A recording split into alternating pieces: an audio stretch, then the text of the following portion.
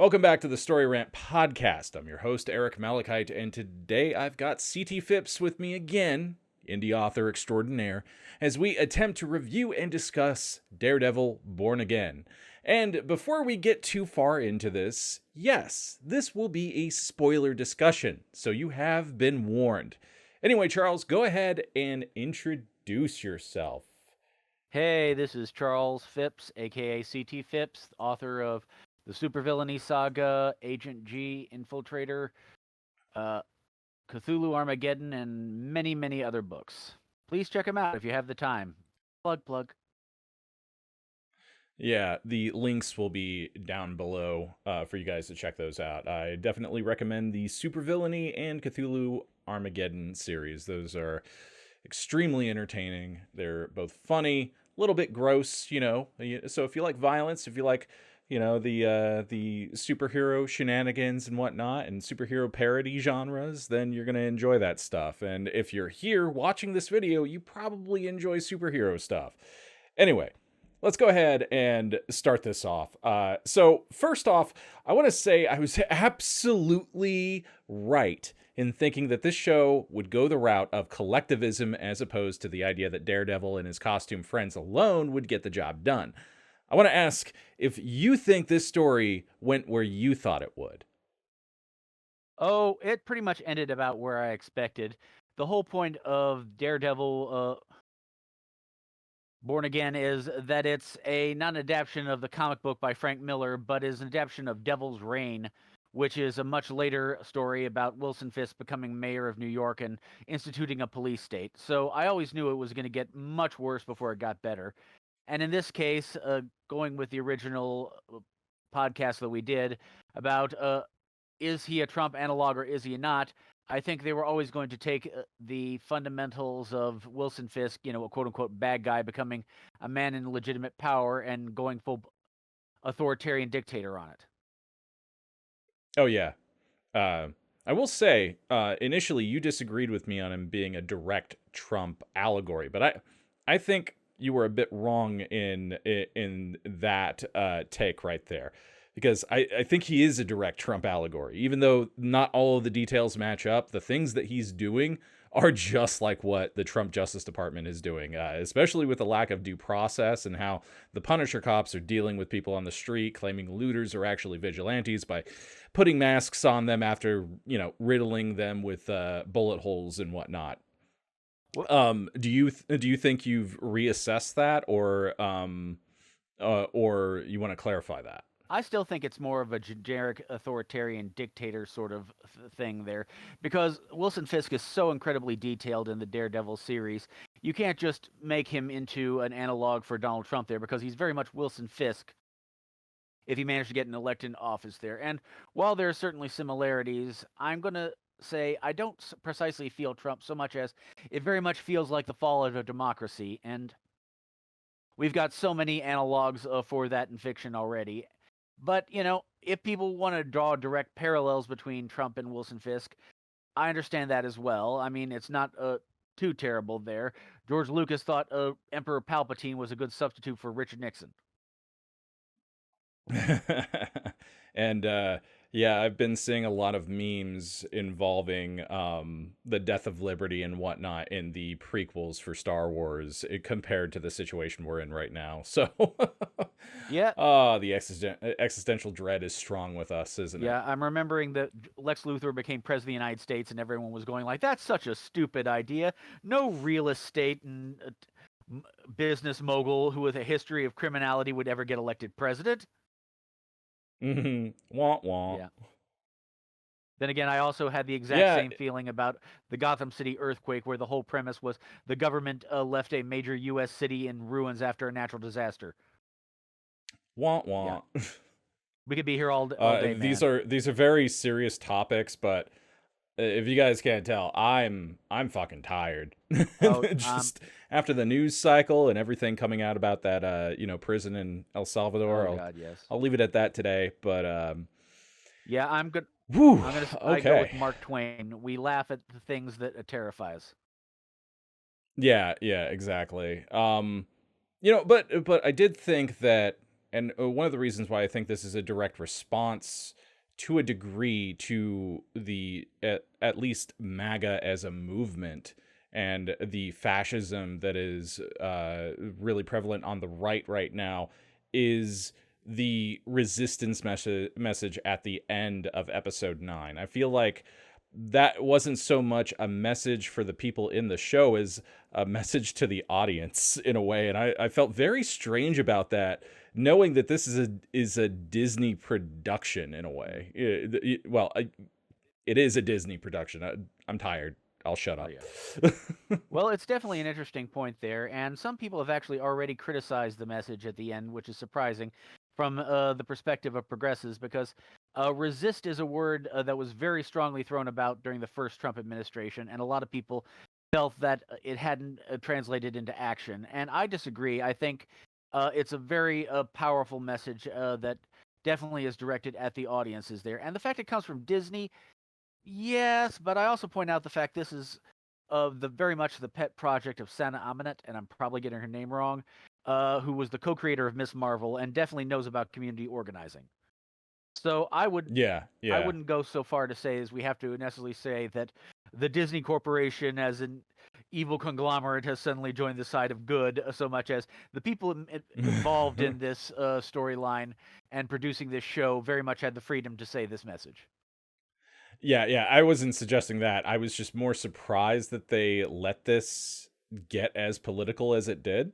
There's just, because, but, you mean like, maybe... having Frank Castle gun down a bunch of cops right on screen? Oh, yeah. And we have to segue to that. How cathartic was it to see Punisher destroying about 10 or 20 of those Punisher cops? I thought it was definitely like, okay, I don't want to go back to Daredevil. Let's more of this, please. Yes, absolutely. Go back to the professional. I mean, they're dynamic. Come on, here. Send everyone. Right. There's nobody left to send. Yeah, I thought their dynamic was really good in the apartment scene too. It got a little bit to the point where Matt's healing gunshot wound was a little forgotten about, but they still paid attention to that and made sure that he was reflecting that and whatnot. But yeah, that was interesting. I do want to say that while as a whole this was not as good as the 3 seasons that came before it on Netflix, they did a fantastic job course correcting from the previous team that worked on it. Like there was this show was a nightmare production wise.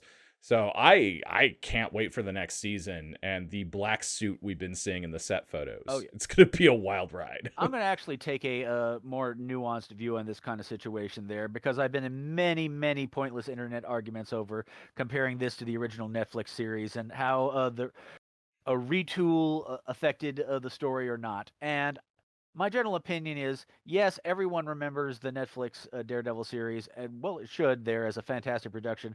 But I was also there, being the 44-year-old fanboy that I was, on the forums, listening to everyone complain about every single thing when the Netflix Daredevil show was here.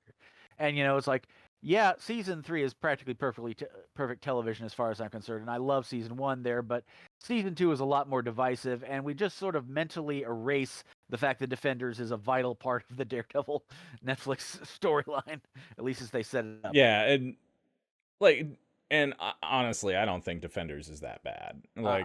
We got interactions between Luke Cage, Daredevil, and Jessica Jones, and we're getting Jessica Jones apparently next season. I certainly hope so. I want them to give her and Luke Cage their own series there and try and go back more to the comics there, but that's getting on more into my wishes than actual. Right. We'll get to a wish list later, I think, but I don't know. It was solid, and while this feels more like a mid-season cliffhanger, like they used to do back when television was television. Yeah. I also note that I watch a lot of shows that end on cliffhangers and setting up the next season, with things like Game of Thrones, Wheel of Time, or Vox Machina, and all the fan fish shows. But here, everyone's reacting like, "Oh my God, they didn't finish the story," and I'm like, They don't have to. They knew there's another season coming. It was renewed. Well, also interestingly, the previous team wanted to do what, 18 episodes or Oh something, yeah, and it looks like we are getting 18 episodes. So it's just, yeah. with the creative team switch, they had to postpone the last 9 of this of Born Again, I Yeah, guess. I'm gonna Um, go also defend the previous creative team there. They're getting a lot of flack and saying like, "Oh, the new creative team saved the show," and maybe it did from people who definitely wanted something more similar to the Netflix Daredevil, which is yeah, understandable. But I don't think what they were doing was bad either. It's just two very contradictory views of Daredevil.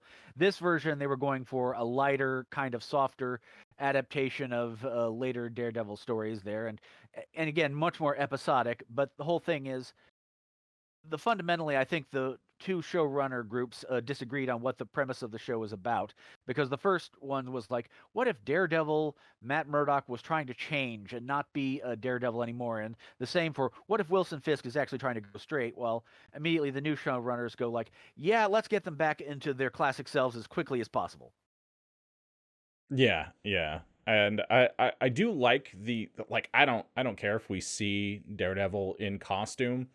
Like, because honestly, I think the costume this season was a little silly looking, but it's always kind of looked a little funky on screen for the Netflix show and whatnot, except when he's in the black suit, of course. That looks iconic because it's just cloth, you know?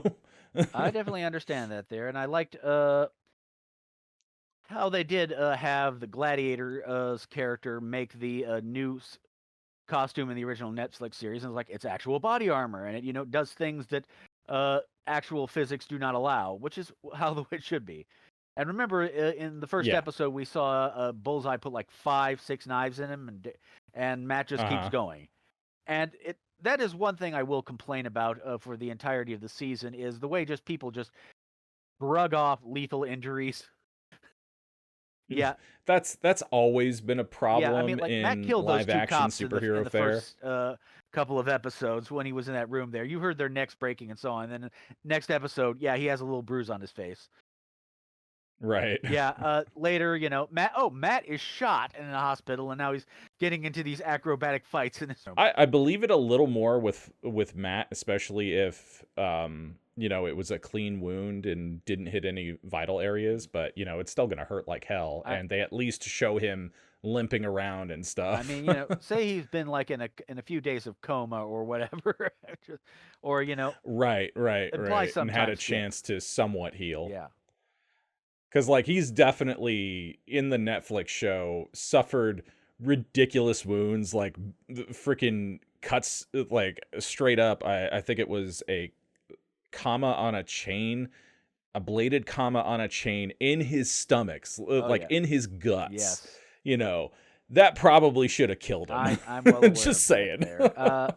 The show definitely goes in some odd directions on this sort of thing there, and I'm willing to overlook. Hey, I'm here for Yeah, it. Like I like when I like the whole die hard philosophy where your hero does need to get the ever loving shit kicked out of I him. agree Like definitely 100% there, but I kind of feel like this would have been a situation where I would be like, oh, Matt, you managed to absorb most of the wound because it turns out your suit has body armor in it. What was that about? Are you John Wick? right, right. I just would have had it been several days and he I wakes agree. up and Yes, then that's what I'm just thinking there. I'm mocking it perhaps but more than then I would should have. would Fisk have sent somebody to deal and uh, have him killed sooner? Like Maybe. I I don't mean, know. I would have also liked maybe Wilson Fisk debating whether or not to kill Matt during that time there, because in the show he's just like, "Yep, he took a bullet for me. Time to kill that bastard." Right, right, right. Um, I do have a bit of a criticism for episode 9. And that has to do with the post-credits scene where, Frank Castle, Punisher, was captured Yeah. in a cage and he breaks one of the Punisher cops' arms and then escapes, Yeah. we assume. I think it was a bit soon to do that. I Just agree. because, if you're going to have him get captured, at the very least, have it be in the first episode of the next Yeah. season I or mean, something to see what happens to him. because now I'm already having It questions. kind of ruins some of Yeah, that. I'm already having questions because I'm like, okay, why wouldn't he release everyone else? This would be Frank Castle. He'd be like Right. making this a level of Metal Gear Solid and stabbing the fuck out of people left and right until he got Right. everyone out. Right. Right. And if you wanted to make that like the focus of either part of an episode or the whole episode, having maybe Daredevil feels like he needs to go rescue Frank Castle or something, and by the time he gets there, Frank has already mostly busted everyone out. Yeah, I mean that's or what I'm something. thinking. And hey, maybe that's the Punisher special that's coming up. Maybe I don't know. I mean, like, but I really like the Werewolf by Night one so much to the point that I was like, why is this just an hour long? This should be in theaters and an actual movie. It'd be better than 90% of what you've been putting out. yeah, I don't think I've seen that one. What is that? I recommend. Well, it's Werewolf by Night. It's a black and white Marvel horror special for Halloween they did, and Werewolf by Night. Jack Russell goes undercover at a vampire hunter convention, so to speak, that to collect the will of Lord Bloodstone, and he's doing it because the vampire hunt is going to have a big monster hunt to celebrate the trials and so on, and it's Man-Thing. Yeah, Elsa okay. Bloodstone is in it too. So hey, Interesting. I mean, I just pretty much said the entirety of the movie. Check that out. It's an hour long. It's really good. I'd watch it. Yeah. Okay, so here's the thing, right? Wilson Fisk is basically irredeemable at this point. Yeah. Like he's gone so far beyond his normal kind of villainy.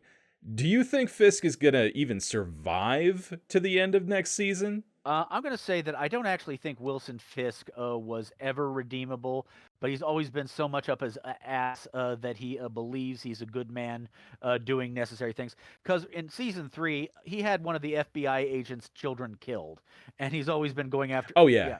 He's always been a total fucking monster. Oh yes. But after this, like, where would you even go with that character? I mean, that's the point there. I mean, with actors reaching certain ages and so on there, this is Vincent D'Onofrio at 60, still looking like he can break a man's skull with his bare hands.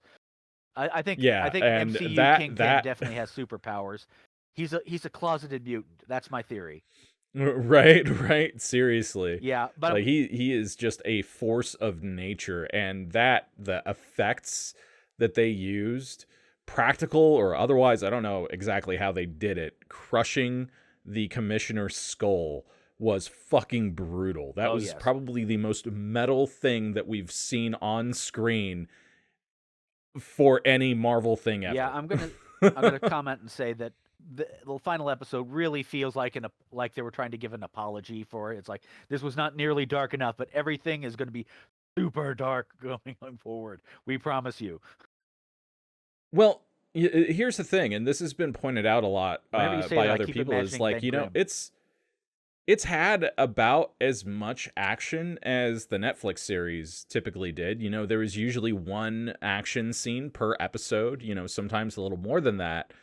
But like the only apology they would, I guess, in the minds of the fans, owe people is that, Daredevil doesn't put on the Daredevil suit until halfway through the season. And again, that is pretty normal for superhero stories to have. I'm also going to say that I definitely think they were thinking that, the showrunners, because the first episode is really there to provide the big Bullseye versus Daredevil fight and so many other connections to Netflix. It definitely feels like they wanted this to be a season 4, while the original showrunners were like, nah. Yeah.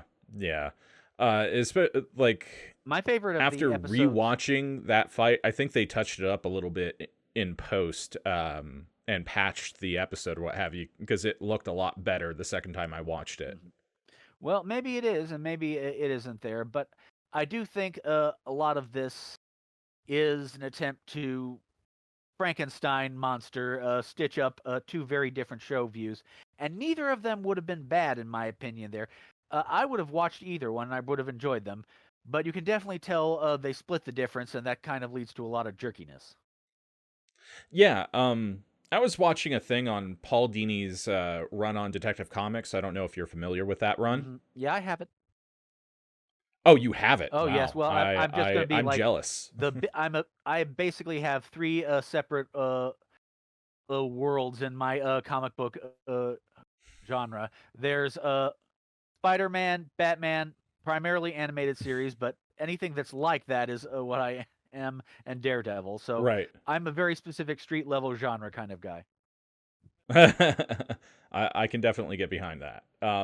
But that has always been like, while I enjoy Grant Morrison's run that was running parallel with Oh that, yeah. I enjoy Paul Dini's Batman above pretty much Oh anything yes. else.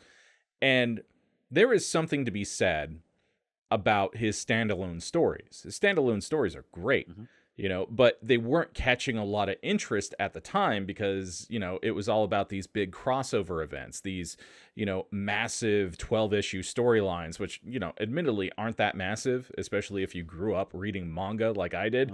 It's like, what are you talking about? 12 issues? Ooh, you think you're cool? Look at this. Dragon Ball is over 400 chapters and they're all linked.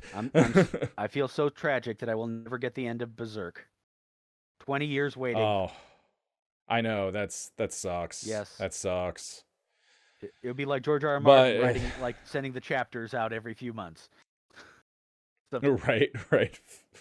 We're never getting Winds of Winter, let alone A Dream of Spring. It's not happening. I made a joke about that Gary actually kidnaps George R. R. Martin and holds him in the basement for 6 months to finish the books. Spoilers, Charles. Spoilers.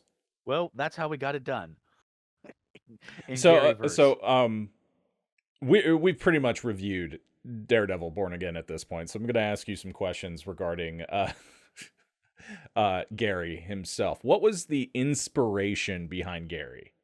Well, it's a very interesting case there. I had to... Jim Butcher described the Dresden Files as what if Spider-Man was a wizard? Okay. And that's a detective, and that's fairly accurate there. Absolute bang and luck with the ladies, but never actually that manages to seal the deal. Otherwise, terrible luck with everything else. Great power, responsibility, all that. Well, I had my own idea about a wizard in a quote-unquote superhero, supervillain world, and I came with the single word: with great power comes great irresponsibility. And it's just like I just was exploring the idea about what if a quote-unquote normal person without this overdeveloped sense of good and evil that drives people to be heroes in superhero comics decides, well, I'm now got superpowers, I'm now going to become rich. But the twist is Gary is not quite evil enough to actually be a quote-unquote supervillain. He might be willing to kill people, but he'll do it in self-defense or when he's dealing with the in-universe Nazis called Phantom. Right. Being that he's Jewish, he's like, okay, these guys die. Yeah, I definitely got like a little bit of Deadpool mixed with Spider-Man and some other characters as well. Oh yeah, and especially like almost not like Arnold Wesker himself, the ventriloquist, but like I could see him looking a bit like Arnold Wesker, perhaps. Well, Gary is just the quote-unquote handsome geek character because it's a fantasy world that's going, and that certainly looks nothing like me. Yeah, but the central idea was being inspired by the kind of John Carpenter, Big Trouble in Little China, quote-unquote Dresden Files, and a certain level Josh Whedon's early work. The hero who's not quite an idiot, but he is clearly not playing with the nearly as strong a hand as he thinks he is. Yeah. And he's aware that he doesn't quite have the hand that's good, but he's going to get by with bluster and just completely distracting the villain with how weird it is there. I would say that that it's James Gunn like there, but I technically predated the Guardians of the Galaxy, so...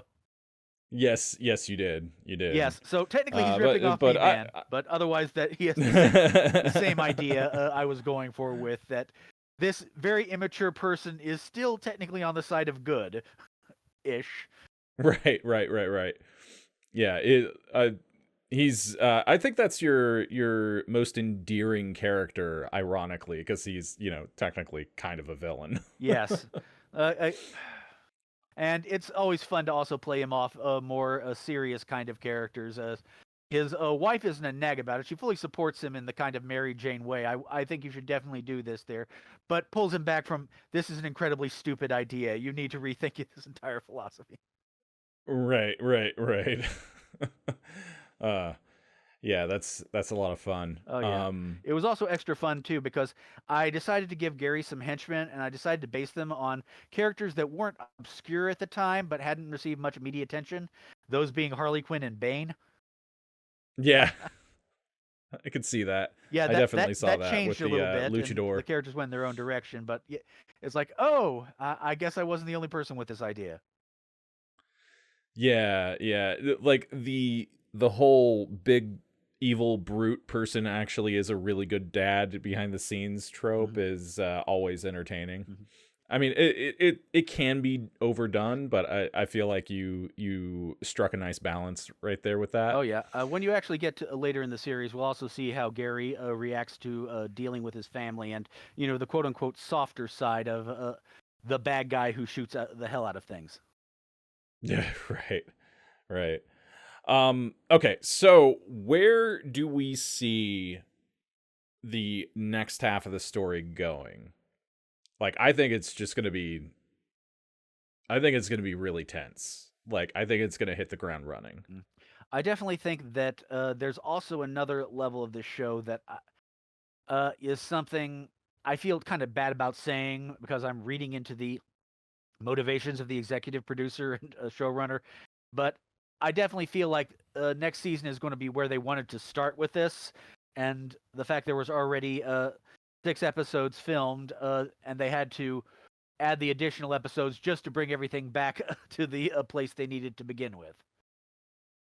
Yeah, yeah. I think that was kind of a thing that happened with The Witcher because they did season 2 completely wrecking the books, and then when everyone hated it and said go back to the books, they were like, okay, we have to spend the next 3 or 4 episodes trying to rearrange things so they're back to something resembling the books. Right. I mean, Kristen Ritter's and Jessica Jones being included in next season is going to be really interesting because like I can just imagine her dealing with these Punisher cops. Oh yes, it's a definite thing there. Disney is realizing that they can bank on nostalgia perhaps a lot more than they have been, and they were banking on nostalgia pretty heavily. But let's face it, if you're a 40-year-old man watching Marvel comic TV shows, they have you by the balls as they begin with. Yeah, I mean, I haven't really been keeping up with it. I'm saying that Netflix we're definitely going to get a Jessica Jones series. We're going to get maybe a Jessica Jones and Luke Cage series, or maybe Luke Cage Agone. All these actors are ready and willing. Luke Cage got done dirty in the Netflix Everyone era. His show was Matt fantastic. Murdock got done dirty in the Netflix series. There, I'm still pissed off. 20 years later, that Patricia Walker Hellcat got turned evil in the final Jessica Jones series. Oh yeah. And there's like I don't feel quite as bad about Danny Rand. Here's the thing: I was an Iron Fist fan beforehand, and I'm like, yes, he's a kind of a mighty whitey character there, but they joke about that there. They take it head on, and he's the one white guy with martial arts powers surrounded by lots and lots of Asian people with them. It kind of balances out there, but the show just kept bringing attention to it and being like, listen, we don't want to do this character, but they're making us, is how I felt about it. Yeah, and that with the action just being awful. Yeah, I mean, they somehow they remember to give basically Iron Fist's outfit to Daredevil in the first season of his show with a headband. And, right. Yeah. But they can't figure out to give a guy who is not a trained martial artist a mask so he can have a stunt double. Something that they've been doing since the fucking 70s. Right. Yeah. No, I got you. Well, I think we're pretty much wrapped up. We talked the spoilers, what we liked, what we didn't really like about the finale and whatnot. I have one last thing to be brought up there about the quote unquote politics of the show there. I like the fact they didn't go completely with the Captain America speech the Punisher gave to those Punisher fanboy cops in the because that was too lightweight. It's like Captain America going, "Don't use drugs," except it's like, "Don't engage in extrajudicial executions."